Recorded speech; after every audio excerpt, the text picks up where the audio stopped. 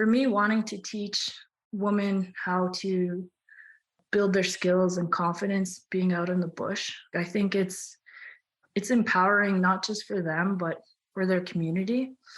They're told like, oh, well, it's not traditional for women to do those things. Like, then they just don't have access to that wild meat or wild fish, and to have the fun of being out in the bush, which I think is really unfortunate because there are so many single moms out there. If they feel empowered and if they feel like they have the skills and knowledge to do these things, they'll pass on that knowledge to their kids, and we'll just be that much more stronger and healthier as a people, as a community. I think that we would have a much more like robust economy, like interesting culture. Our communities would feel more empowered and flourish like as a whole.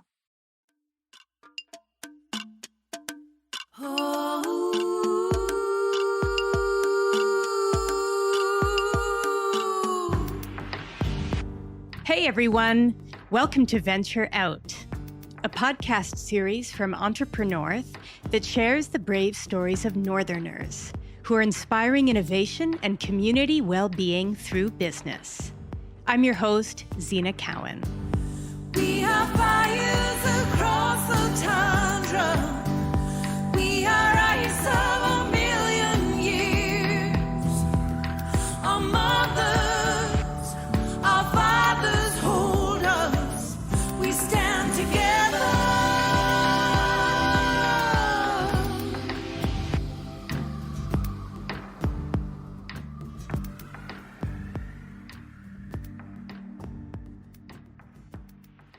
This feels like a really special episode because today's guest holds so much knowledge, which she shares beautifully, and I think you'll leave the conversation feeling like, wow, I just learned so much from this woman. Tell me more. And as an entrepreneur, she operates a really unique business that empowers a lot of people, especially women here in the North. Angela Code is a Sayisi Dene hide tanner, hunter, land-based educator, and filmmaker who owns Dene Cha'niyé, cultural contracting. I don't want to give too much away about the business because Angela articulates it so well, but what I will say is that she is creating opportunities and spaces for Dene language and culture to thrive. And what has always stood out to me about Angela is her balance of humility and confidence. And I think this is a big superpower that she brings into her teaching and to her advocacy work around gender equality, which is not always easy. In this episode, you'll also meet another Sayisi Dene powerhouse, Stephanie Tharassi, who is a close friend of Angela's and is the executive director of the Seal River Watershed. Both women are land guardians and leaders, and I think they're some of the coolest role models out there. So let's dive into the conversation.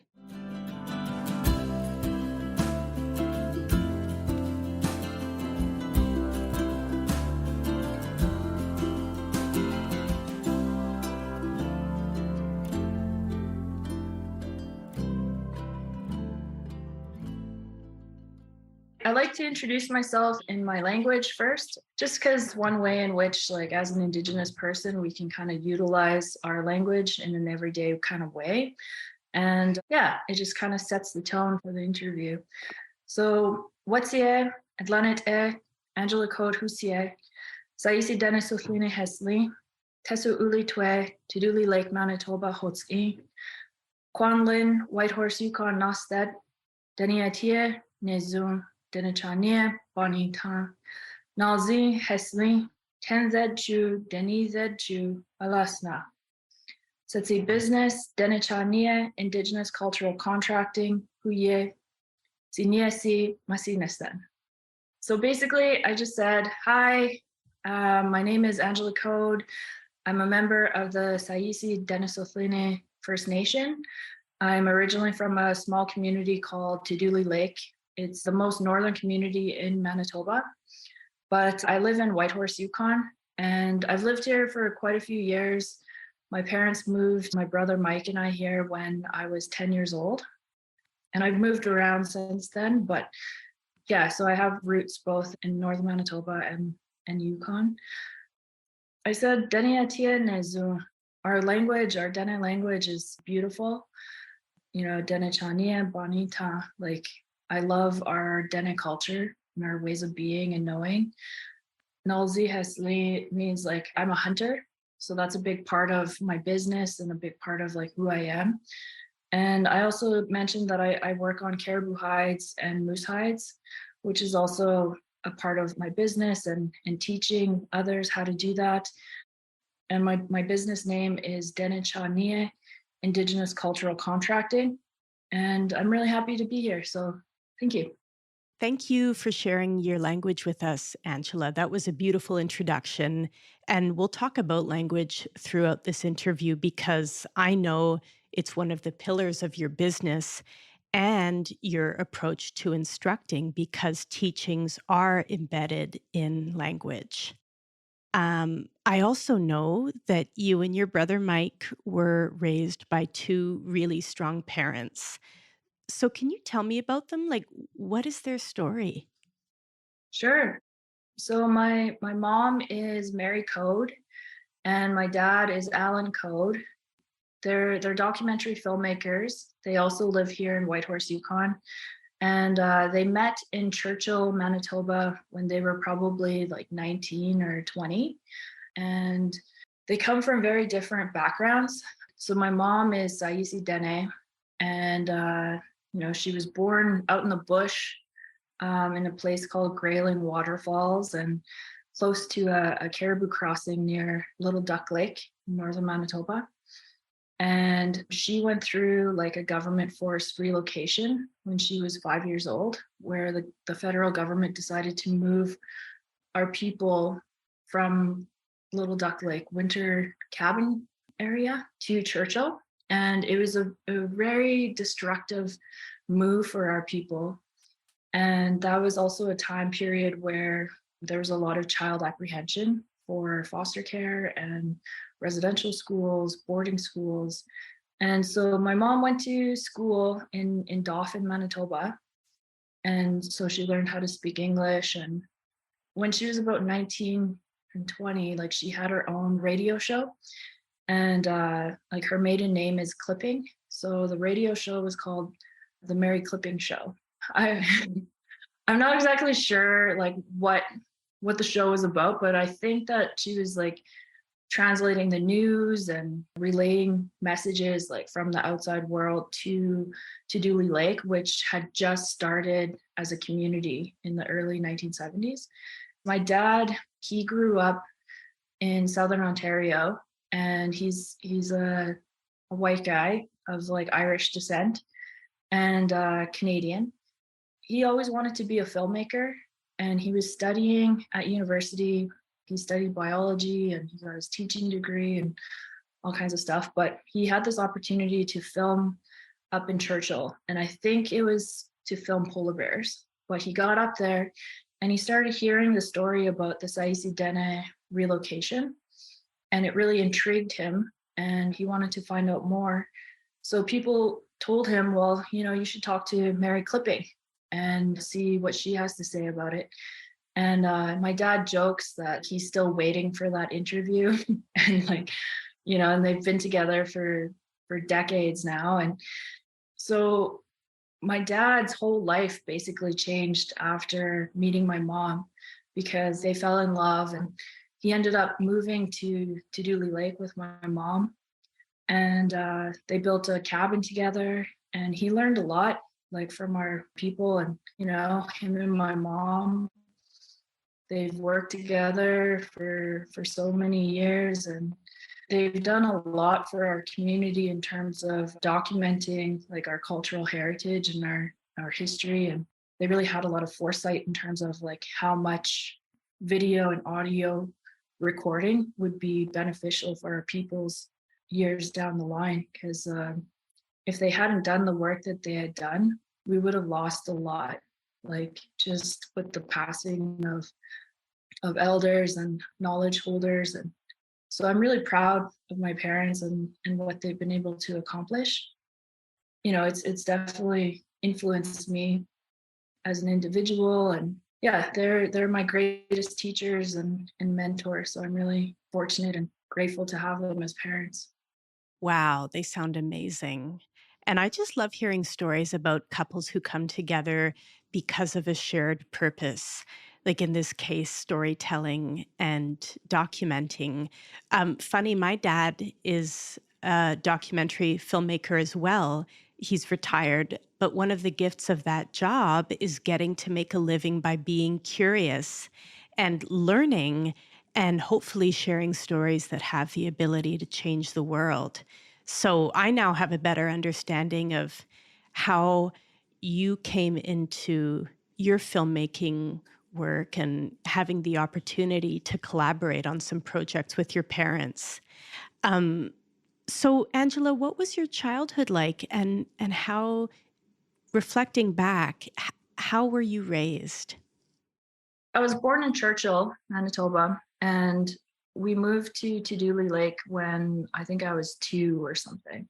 And so all my first memories come from being in Tadoule. We lived in a pretty small little house, just like everybody else, and we had a wood stove for heat, and we didn't have running water. When you live in a small, isolated community like Tadoule, where like there's no roads and everything's fly in, and the grocery store produce and everything is really expensive, it's necessary that people hunt and fish. Like you get your food and a lot of your sustenance from harvesting off the land yourself. And so from a young age, my dad taught me how to snare rabbits or like kill ptarmigan or grouse. And fishing was something that we did from very early on. Being out in the bush was just a regular part of life, like regular part of my childhood. I'd go pick berries and medicines with my mom and my aunties, and it wasn't anything out of the ordinary for me. And I think my parents, like, they wanted me to be proud and of being, connected to the land, and being proud to be Dene.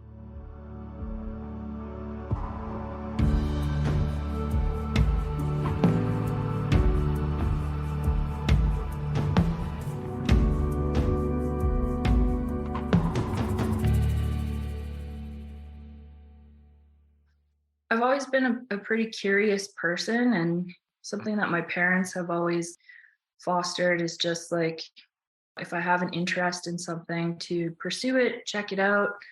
And, if I enjoy learning about it or participating in it, then go for it, which I feel super fortunate about, especially like as a woman. Like I think that culturally, or like, socially, sometimes there's certain expectations for girls and women to pursue certain career goals, or like educational endeavors or recreation.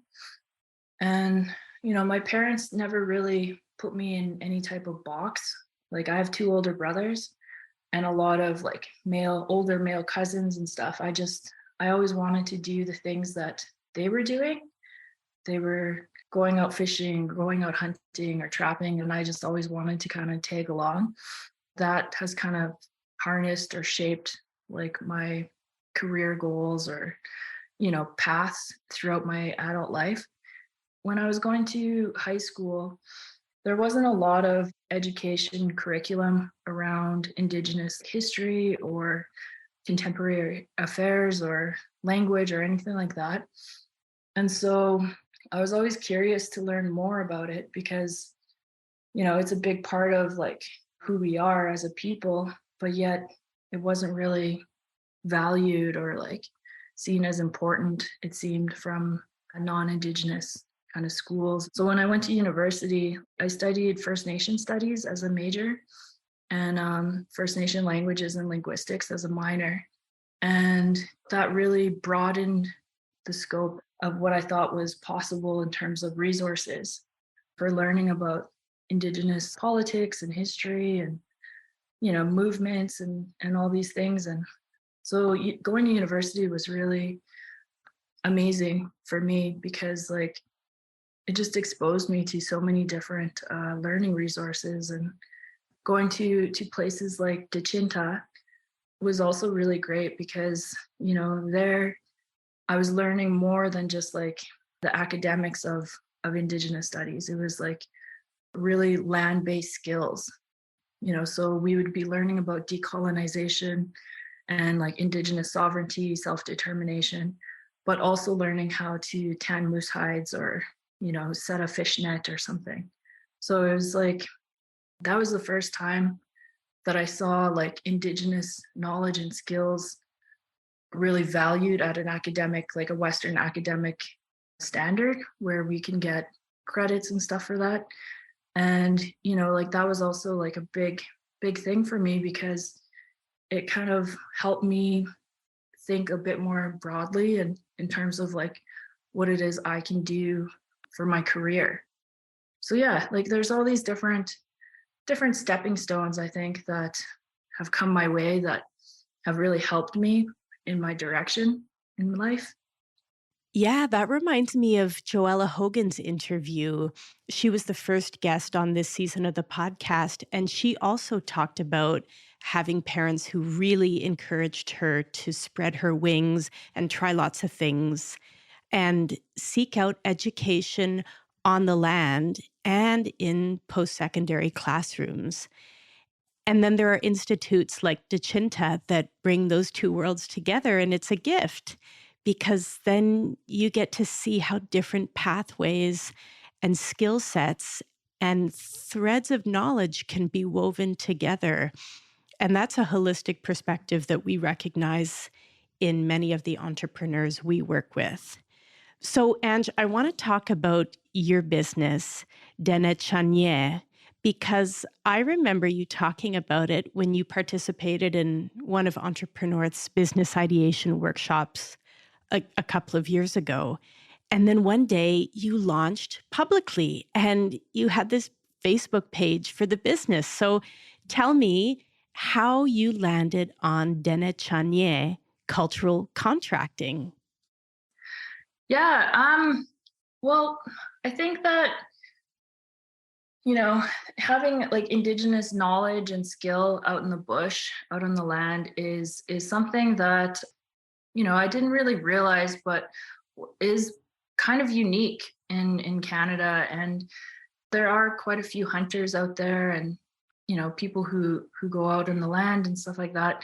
But what was kind of missing, I found, in the information that was out there was like more of like the Indigenous philosophies behind land stewardship and harvesting animals and just being out there like in a good way, in a respectful way. And so I had some talks with Jim Welsh from Environment Yukon, and I had taken one of his courses before, like the hunting education and ethics development course that Environment puts on.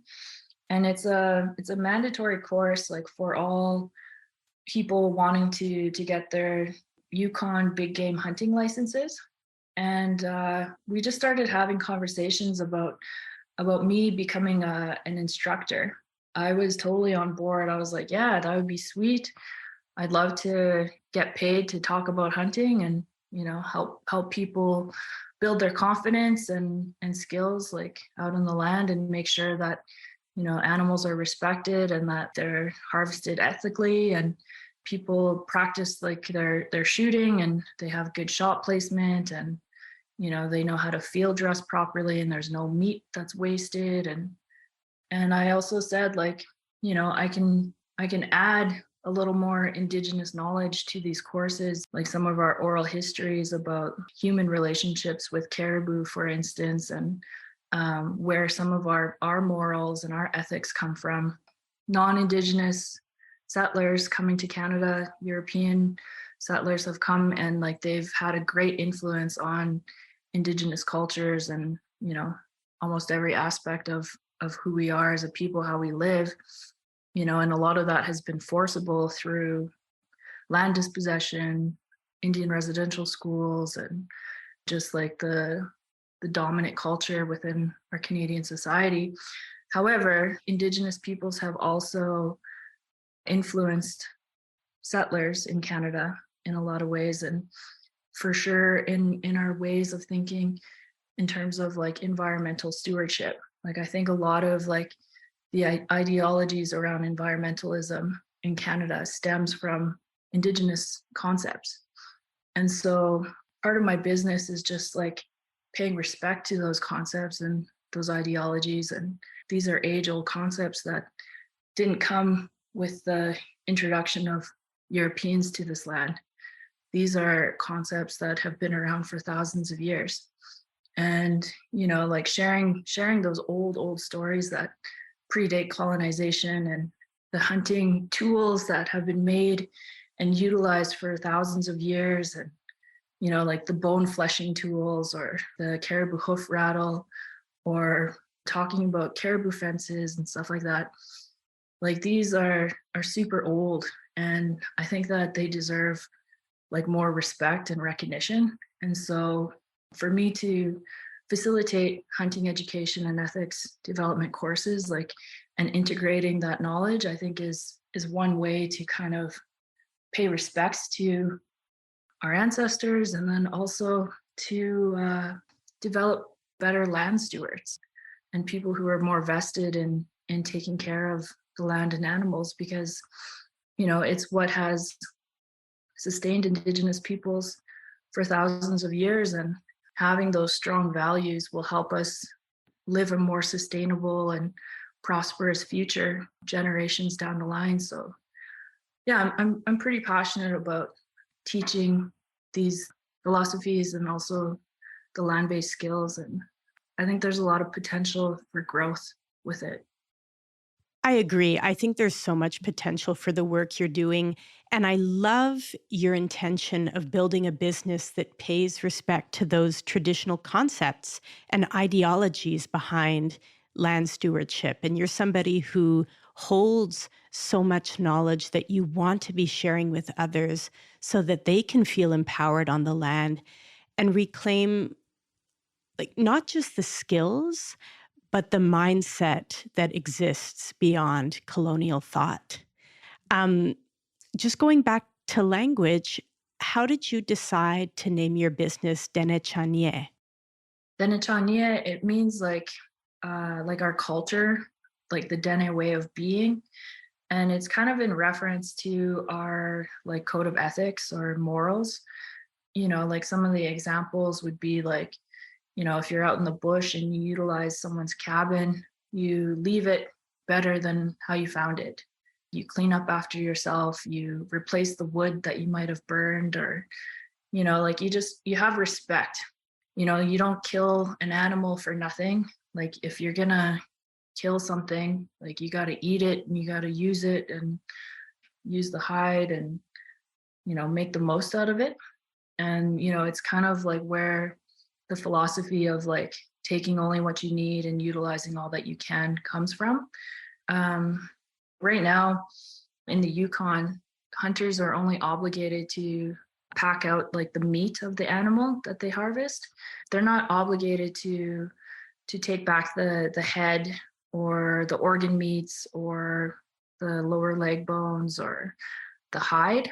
When you look at Dene cultures prior to colonization, the caribou for the Dene is like one of the most important animals because they can provide so much for the people. The hide, using the hides for clothing, for like shelter, bedrolls, drums, like rattles, babiche for snowshoes. And then with the bones, like there's so many tools that you can make out of it, like the fleshing tools or awls, or the sinew can be used, like the backstrap sinew can be used for sewing. And with the brain, you know, like it's so useful for when you're tanning hides. Like there's just so many things that you can use or make out of caribou. And so just taking out the meat after a harvest, for me as like a Dene person, it just seems so wasteful. Yeah, so I think that in teaching people how to utilize more of the animal, it pays more respect to the animal themselves. which I think is a really good, positive, respectful thing to do.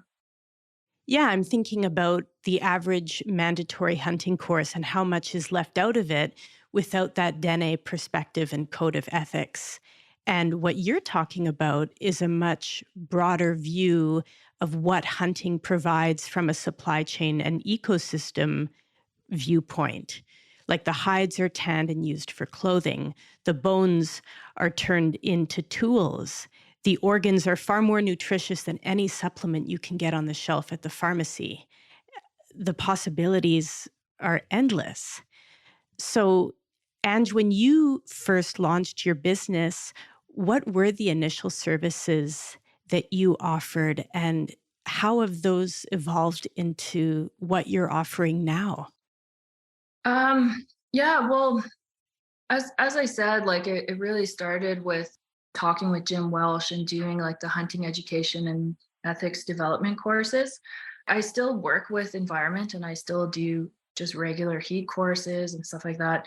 But I've also been asked by many different First Nations to do that course. The First Nations, like they don't need like the big game hunting license on their own traditional territories. So but what's lacking or what's missing in some cases in some communities is that that traditional Indigenous knowledge is not being passed on, or there are gaps. And so I think there are many communities who appreciate kind of learning about these different like pieces of history or the skill building in terms of like the traditional arts or tool making and stuff like that. For example, like I went to Dawson and I worked with the Trondikwichin, and part of the class that I taught was like how to roast a caribou head. Cooking organ meats was something that they were interested in.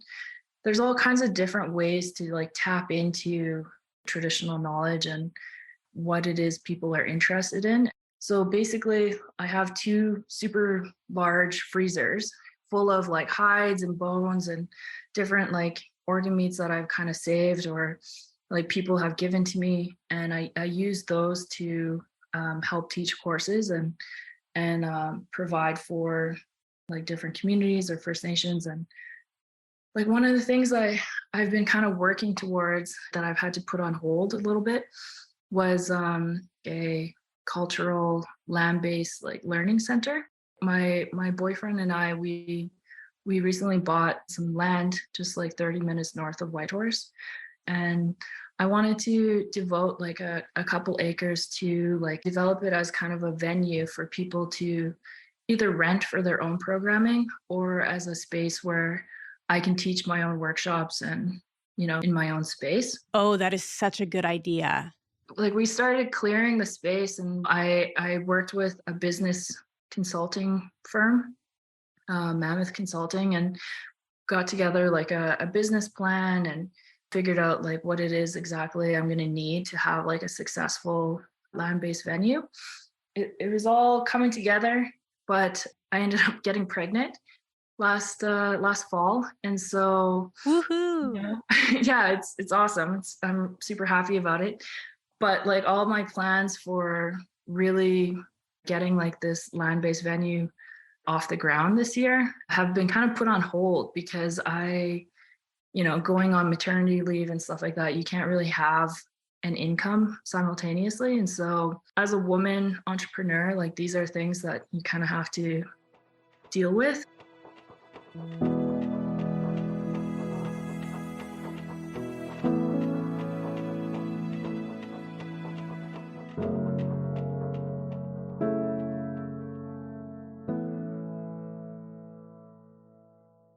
This doesn't really have to do with my business per se, but I was a part of Dene Cha'niyé's trip to Fort McPherson. There's a group of us who worked on hides under the direct supervision and instruction of Eleanor Firth Mitchell, or Mitchell Firth. Anyways, she was amazing, and we camped out at her cabin at 8 Mile. We all brought our own hides to work on, and she was really generous with her knowledge. And what was cool about then was there was elders who were like coming around, and like they were like, oh wow, like I haven't seen people really work on hides in a long time. And like my mom used to work on hides, or I worked on hides as a little girl but haven't done it in a long time.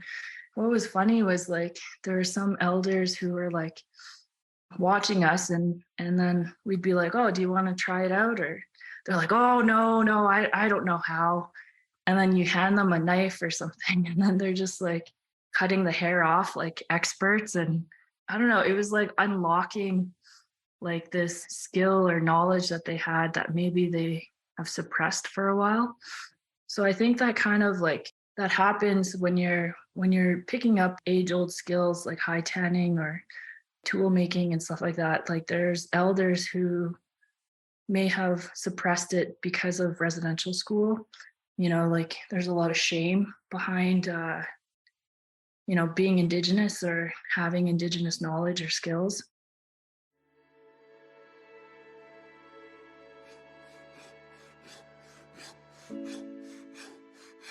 And so to be a part of that, like reawakening or memory for people, like it is really special. And it makes me feel good because it's like, I don't know, it seems to bring back like good memories, or like the act of revitalizing aspects of our culture or like cultural identity is just like really, really nice. It's good.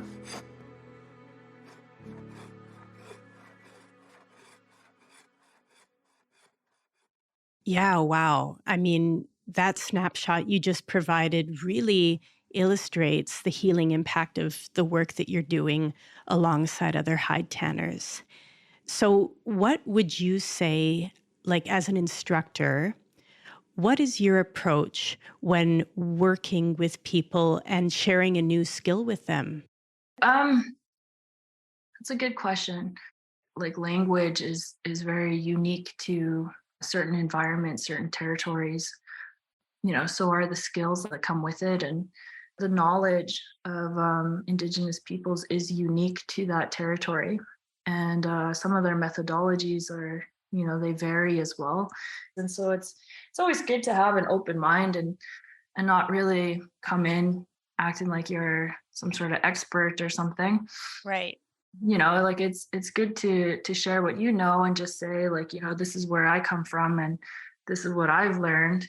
A lot of times like it's pretty similar, especially across like Athapascan communities and territories, because we're all Dene. I often like to work with community members. Like when I go into a different place, like it's good to ask to see like if there are any elders who would like to like co-facilitate or share some of their knowledge or their stories, because it's unique to where they're from, and it's good to pay that respect as well. But in terms of like teaching methodologies, like I think that it's always good to not assume that people know things. Like the impacts of colonizations really vary from territory to territory, from individual to individual. And so what they know and what they may have like suppressed or forgotten, like it definitely varies. And so like I definitely try to be sensitive to that.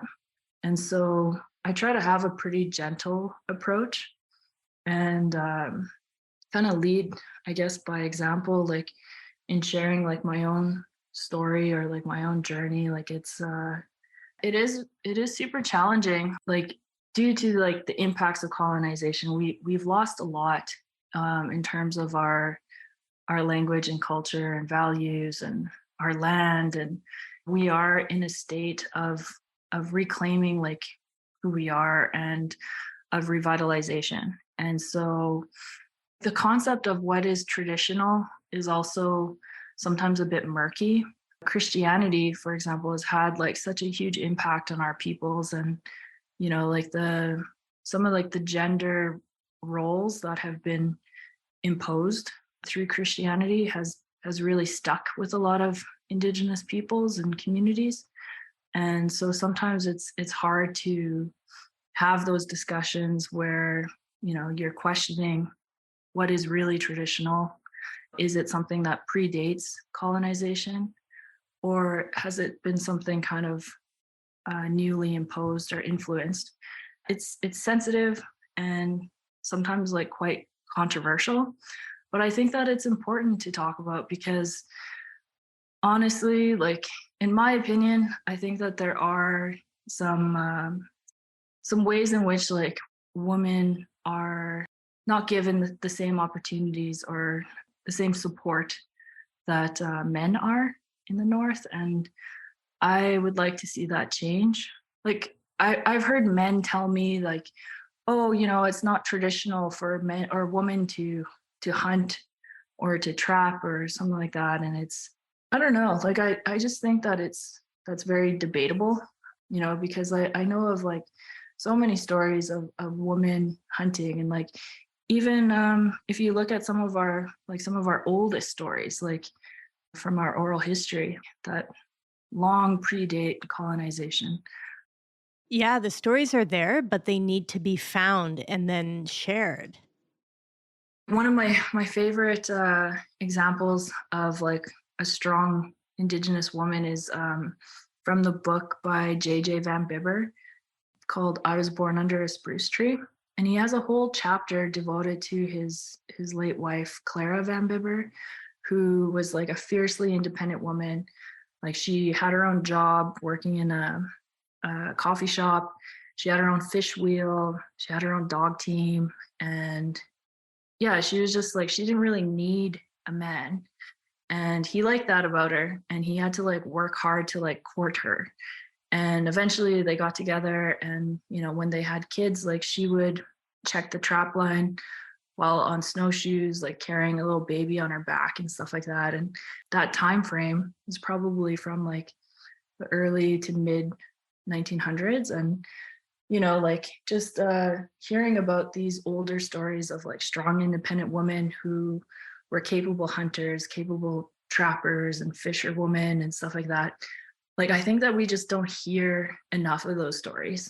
So anyways, like for me, wanting to teach women how to build their skills and confidence being out in the bush, I think it's empowering not just for them but for their community, because like, you know, when you look at the statistics of gender issues within a lot of northern communities, like Indigenous women experience a lot more like domestic violence than men do, sexual assault.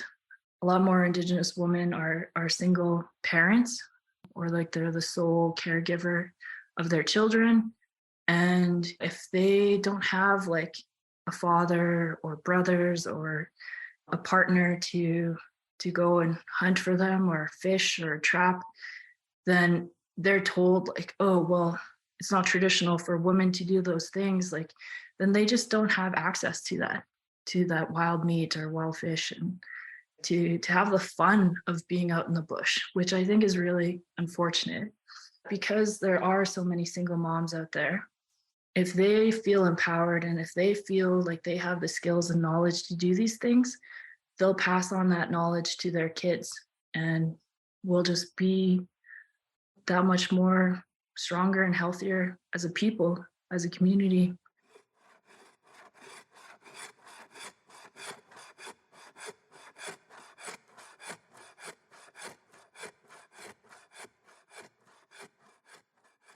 Janet Stephanie Tharasi Hushe Dënesųłıné Hesling. I'm from Tadoule Lake, Manitoba, in northern Manitoba. I am Sayisi Dene First Nation, and I am the executive director of the Seal River Watershed Alliance. We are currently Canada's largest IPCA proposal. So we, as 4 First Nations, are working together to create the largest IPCA in Canada, the largest protected area under our Indigenous laws. So that is the work that I do on a daily basis. And then also, I'm always trying to really connect and make sure that I'm practicing My culture, in all areas of my life, if possible, no matter where I am. Amazing, Steph. I've been a Facebook friend, fan of yours for such a long time. So when I knew I had the opportunity to speak with you for this episode, I was like, yes. Do you remember the first time that you and Angela met? No, I've known her my whole life. I've remember seeing her as a baby, and I remember her as a little girl walking around the band hall with the caribou drum singing. And I remember driving dirt bikes with her in the community and four-wheelers, and learning how to fillet fish with her from our Auntie Sarah. And yeah, our families are really connected and close. So I'm really blessed that I've been able to call them family through friendship and through our parents. I can picture Angela on a dirt bike, and the sense I get is she's always happiest when she's out on the land. Yeah, absolutely. You can see it, you can feel it. The land is really good medicine, especially when you get to really be able to practice that in your traditional ancestral territory. It really does bring about this really beautiful energy, and it shines on people's faces. And Angela is also one of those people who just like you see it, you feel it around them, the energy and the good vibrations are just all there. And she's a really good conduit for connecting people to that good energy and that medicine of the land. Yeah. And I know that for Angela, it's especially important for her to be offering those experiences to Indigenous women who may not have had access to certain experiences on the land. And I know you feel similarly, Steph. So yeah, can you just share a little bit about why you feel that's so important and timely?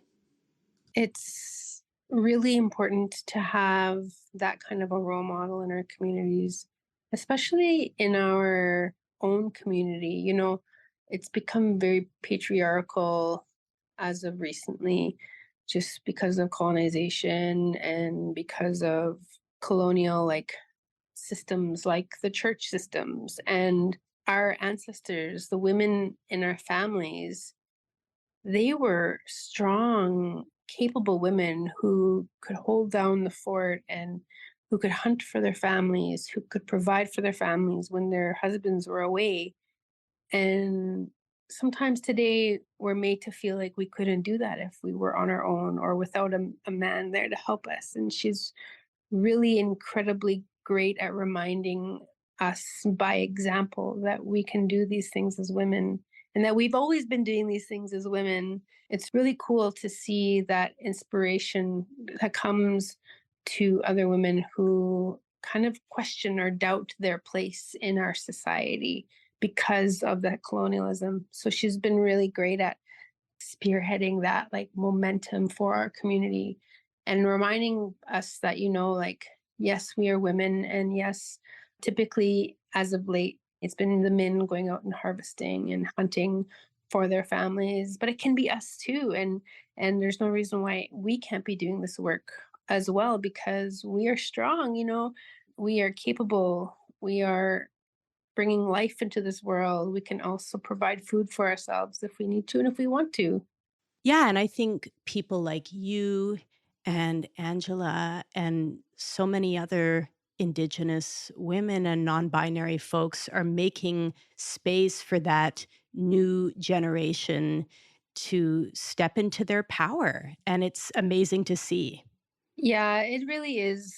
It's a really beautiful place to be able to sit and have people think of you not only as just like, oh, she stays at home and she has to take care of things at home, right? And then you have these new generation of people going, well, no, people like Ange or people like Steph, they'll go out on the land and they'll go harvest or they'll go do these things.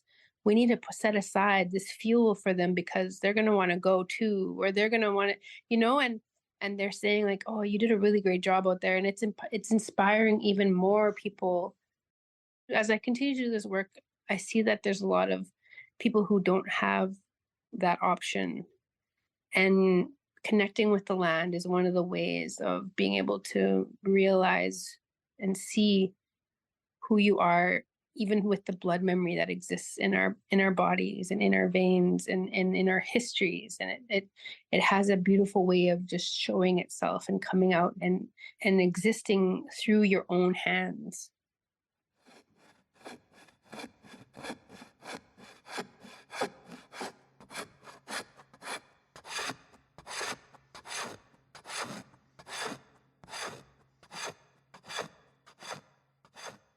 There's no doubt that I love being Dene and like I love so many aspects of our culture. But I just believe that there's room for improvement when it comes to gender equality. And, if we harness people's abilities and interests more so than gender roles, I think that we would have a much more like robust economy, like interesting culture. Our communities would feel more empowered and flourish like as a whole. But yeah, that's my opinion. I think you're bang on, Ange, and I really appreciate how you approach these conversations, both with conviction and with curiosity. And I think this is something that each generation does, like asking the older generation, where do these ideas come from? And is this really just fundamentally how it is, or are we keeping ourselves trapped in a patriarchal system that is out of balance? But there are ways to have these conversations effectively, which I think you do really well, and respectfully acknowledging that these are deep-seated ideas.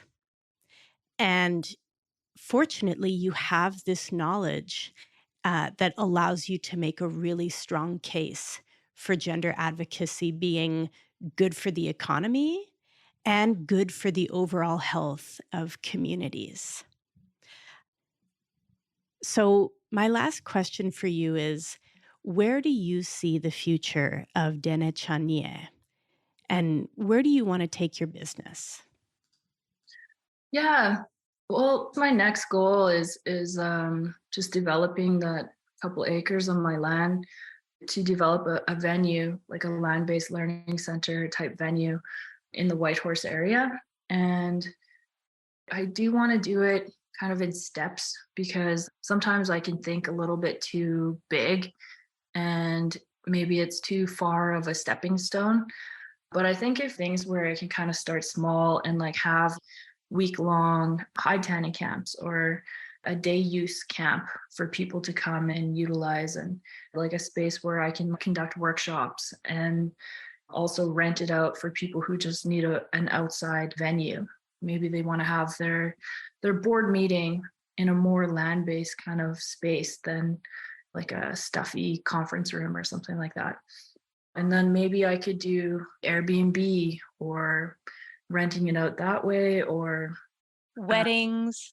exactly, yeah, weddings could be another good thing because there's a lot of like beautiful views on my property as well, like with the mountains in the background. And yeah, there's a lot of space here. And yeah, there could be like photo shoots or, maybe down the line, it would be great to have cabins perhaps. But I think it's good to have the small and the big goals and just work towards it. And, because of this new trajectory that I'm on, being pregnant, like with my first child, it's it's given me it's made me think a lot about my future and also like my child's future. And the thought of me having a little girl at first like really kind of like scared me, I think. And I think that's part of what got me questioning like my own thoughts about gender dynamics within Dene culture and like why I would think that. For everything that like I've been able to accomplish, and I almost had to like to fight for it and advocate for myself. And I think it's just easier like to be a male, not only in like the context of the North, but in the world. And so it does kind of make me feel a bit more motivated to implement that more into my work. And career goals is just like raising boys to be good advocates for their fellow sisters and opening up space that may not have been like open to them before, and for the girls to be strong independent women and to be proud to be female and to not lower themselves or like kind of suppress themselves like just to accommodate others. Like I just, yeah, I think that that's an important issue for me, and moving forward, like I'll take that into my business as well, and just like figuring out how to do it in a good way.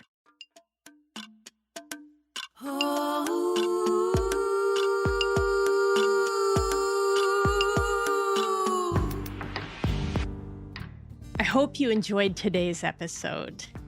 So, spoiler alert, we recorded Angela's interview before she gave birth, and she now has the sweetest little baby boy. He's so cute. And I loved what she said about motherhood in her interview and how it's really supporting the evolution of her business and how she thinks about the impact that she wants to be having in the world. So go follow Dene Cha'niyé on Instagram and Facebook, and we will drop those links in the show notes. Also, I have been out to Angela's place where she lives with her partner and little baby just outside of Whitehorse, and I can confirm that it is as scenic of a location as they come. So I'm really excited to see what she decides to do with it when she's ready to come back to work. Venture Out is a production of Entrepreneurth. Our co-producer is Travis Mercredi, our assistant editor and researcher is Jess Duncan, and our theme song is called Fires Across the Tundra by Leela Gilday. If you like what you're hearing, please subscribe to Venture Out and give us a 5-star rating, and be sure to share your favorite episode with a friend. We would love to hear from you, so reach out through Entrepreneurth's Instagram or Facebook. See you next time.